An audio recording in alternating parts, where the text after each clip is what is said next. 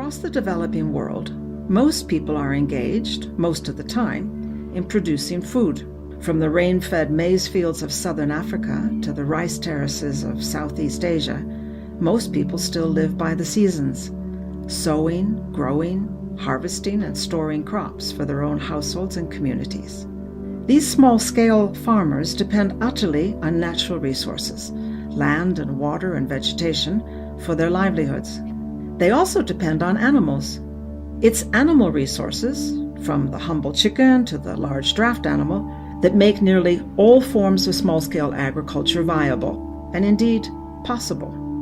It's this mix of farm crops and farm animals, with each supporting the other, that's feeding the world while sustaining both our agricultural yields and environments.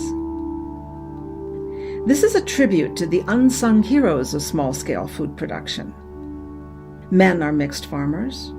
Women are mixed farmers. Boys are mixed farmers. Girls are mixed farmers. Indeed, children of every nationality and culture still grow up practicing this so-called mixed crop and animal farming. Peer over a fence anywhere in the developing world and you're likely to find yourself staring into the face of an animal.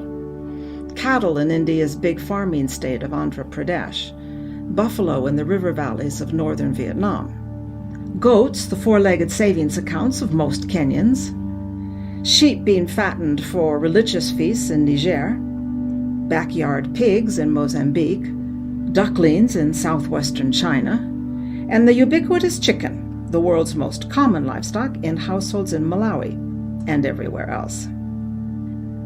Caring for animals means working for animals.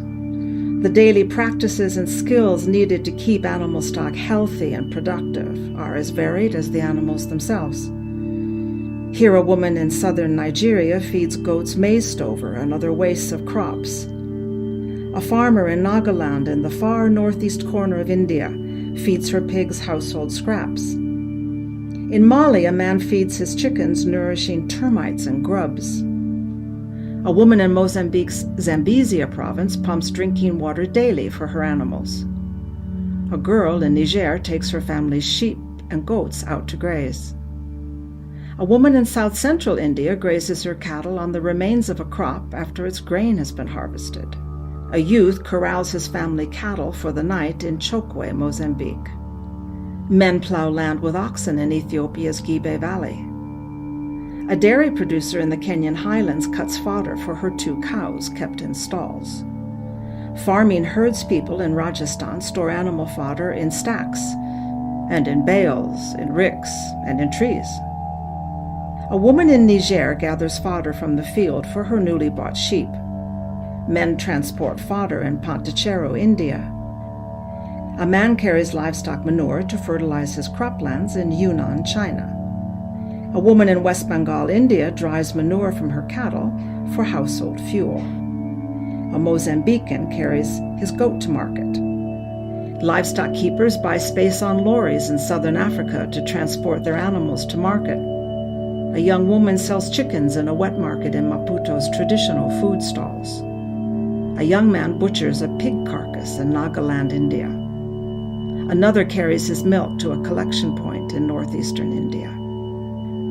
Animals are the unsung heroes of mixed farms everywhere. Invest in the world's living assets.